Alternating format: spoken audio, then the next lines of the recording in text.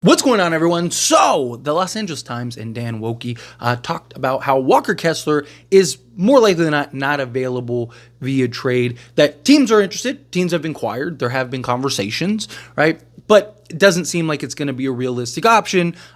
We've heard kind of flip-flops back and forth, right? It's like 1 week, Walker Kessler is available. Next week, Walker Kessler isn't available. Next week, and it seems like the Jazz are at least entertaining the potential of a trade, but I just think it's one of those things where unless they get some like crazy return, it's probably not going to happen. Now, this could very well just be kind of the pandering, like, oh, we're not trading them, putting out the reports. So teams kind of get a little more desperate. A team like the Lakers who really need a center, maybe they come in and swoop it up. You see it all the time, and it only gets worse as it moves closer and closer to the trade deadline, right? Like, you're already hearing reports from, multiple sources where like the Lakers, hey, they're good, they're happy, right? Like, we know that they're going to make a trade. We know that they need to make a trade, right?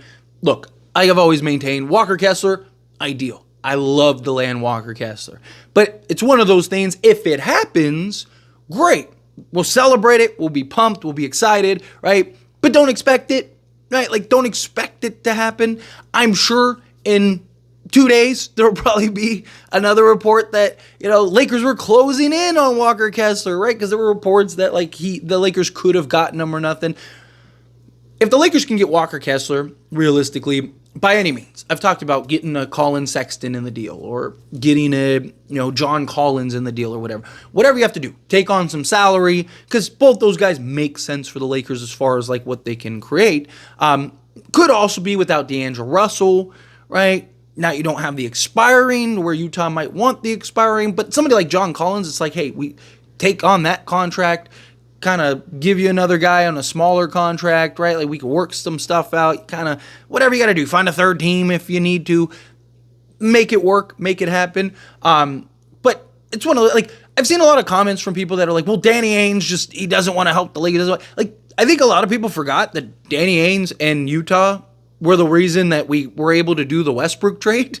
I know it's been a little while, so, because I get a lot of comments that are like, Danny Ainges would never help the Lakers. Danny Ainges has helped the Lakers more than anybody else in the league, right? Literally, right? And that's not even counting, the Patrick Beverley trade.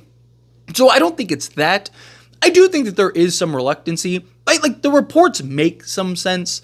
The ones that talked about how, the deal could have gotten done, but Danny Ainges is reluctant because, if you're going to take on those if you're going to take on those draft picks, you want those picks to be the best version possible. But you're talking picks, 5, 6, 7 years from now, right? Anything could happen between that time. Utah could have already traded those picks by then. The Lakers could be a dumpster fire. They could be the best team in the league. There's a lot that could happen between now and 5 years. A lot can happen within the next month. Who knows what is going to happen 5, 6, 7 years from now when those picks would be conveyed. So either Danny Ainges' thought process of the Lakers are going to be bad post LeBron James and Anthony Davis is going to be true, and whether they have Walker Kessler or not, or B, you don't believe it, which is probably not going to happen anyway. Again, it's the Lakers. The Lakers are always relevant. They're always going to be relevant. When LeBron leaves, it's probably not going to be that long before another star goes to take his place in LA. I mean, Kobe retired, right? And we heard, and everyone said, oh, that's it. Enjoy the last moments of Kobe. Lakers are irrelevant and done after this. No one's going to come to the Lakers after this. We're all old enough to remember, well, maybe not all of us, but a lot of us, because LeBron's been here for a while now, but we're all old enough to remember when LeBron James came to the Lakers, 2 years or whatever it was, after Kobe retired. And it was and then immediately got Anthony Davis the following season. It's the Lakers, right? People are going to want to come. There's stars right now that would probably come to the Lakers if they didn't have to be the third guy, right? Them having to be the third guy. How many stars? People are like, oh, they don't want to play with LeBron. It's not what it is at all. They'd love to play with LeBron if they were the other guy, right? But to come to the Lakers and now you're behind LeBron and Anthony Davis, it's just how many stars want to be that third guy? Not very many, if all. Once LeBron leaves, they're probably going to be good again, right? So it's just building the foundation. So Utah's kind of thought process, or Danny Ainges' thought process, is it's going to happen either way, right? Whether you trade those picks or whether you trade for those picks or not. So it's just do you want to keep Walker Kessler? Look, I have said repeatedly, I have no idea why Danny Ainges wants to trade Walker Kessler. There's not really a good reason. The guy's 23 years old. If he was like 26, I'd be like, I could see it, right? But at 23, you still have like 3 years, 4 years before he needs to start being and shaping into the guy that you want him to be. Right? So I don't know why they would do that, right? Like, and Utah never had to trade him. It's just being patient. Right? And that's kind of what I lean towards with this more recent thing. I think it's just patience. I think it's just to try to, you have multiple teams that have tried to make moves or inquire about Walker Kessler, and they haven't succeeded. No, probably because the assets are probably not what Danny Ainges wanted. But here's something you got to keep in mind also, right? The Lakers, when they made the trade for Russell Westbrook, and this may give some hope to some people. So Danny Ainges originally, and again, all this stuff is, you can look it up if you want. It's on this channel, actually. But the Lakers wanted Jared Vanderbilt, Malik Beasley, and Mike Conley. They did not want to give up Jared Vanderbilt. They also wanted 2 unprotected firsts, right? Then you get to, and that was in the offseason, you get to like regular, like right in preseason time, and then they were like, okay, no Vando, but we'll still just give us the 2 first and 1 can be protected. Lakers were like, no. And then you fast forward a little bit, we got to like, whatever it was, like December time, like basically this time, December, January, early January, and they're like, okay, tell you what, 2 unprotected first, but still no Vando, and we just kept being patient, said, no, we have to get Vando, we have to get Vando, we have to get Vando, and then lo and behold, fast forward to the trade deadline, and then all of a sudden it was Jared Vanderbilt, Mike Conley, and then, Mike Conley went to the Timberwolves, right, but Mike Conley and Malik Beasley, and then we got D'Lo and Conley, and the Timberwolves got involved in the deal. We got D'Lo, and then they got Conley, right? So, and it was only 1 protected first. So we went through this same exact cycle, literally this exact same cycle with the Russell Westbrook trade. I mean, almost exact.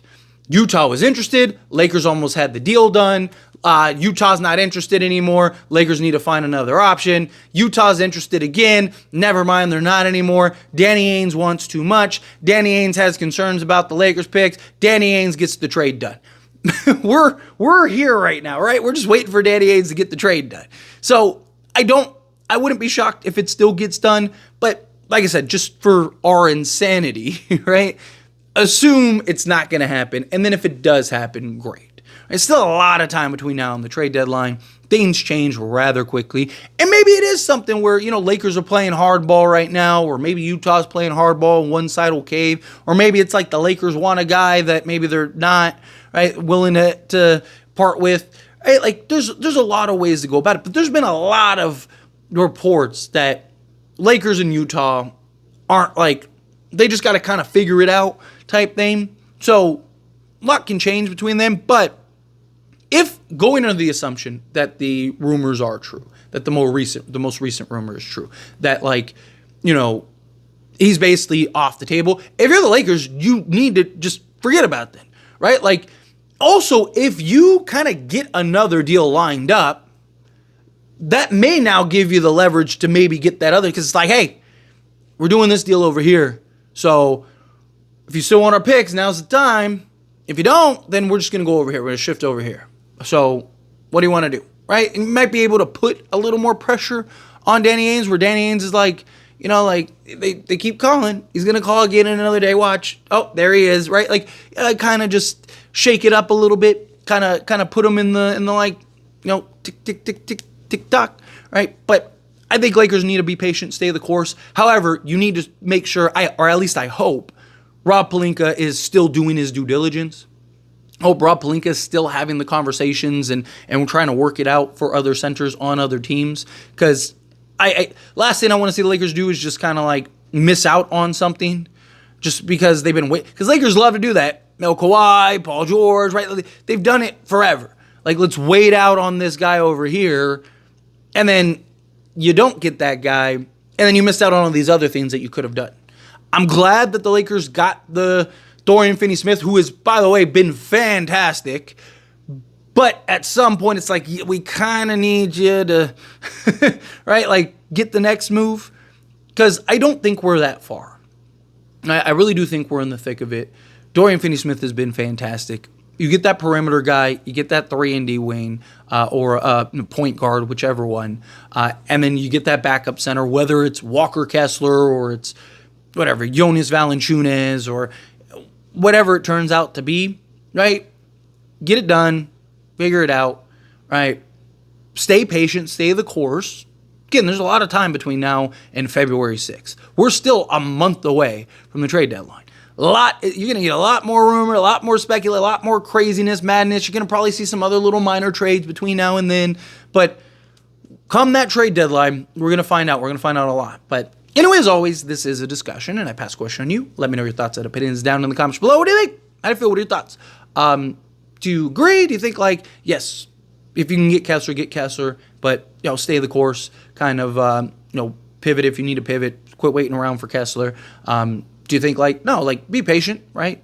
Wait for Kessler. If ultimately come trade deadline, it's not available, maybe go pull off some other move, make some other trade. However you feel, whatever your thoughts are, I'd love to hear it either way. So let me know down in the comments below. That being said, if you haven't liked this video, hit that like button. Helps me a lot. So we enjoy these types of videos, and I truly appreciate it. Not subscribe channel, hit that subscribe button. Turn on the bell notifications. Appreciate y'all. See you in the next one. Thank you.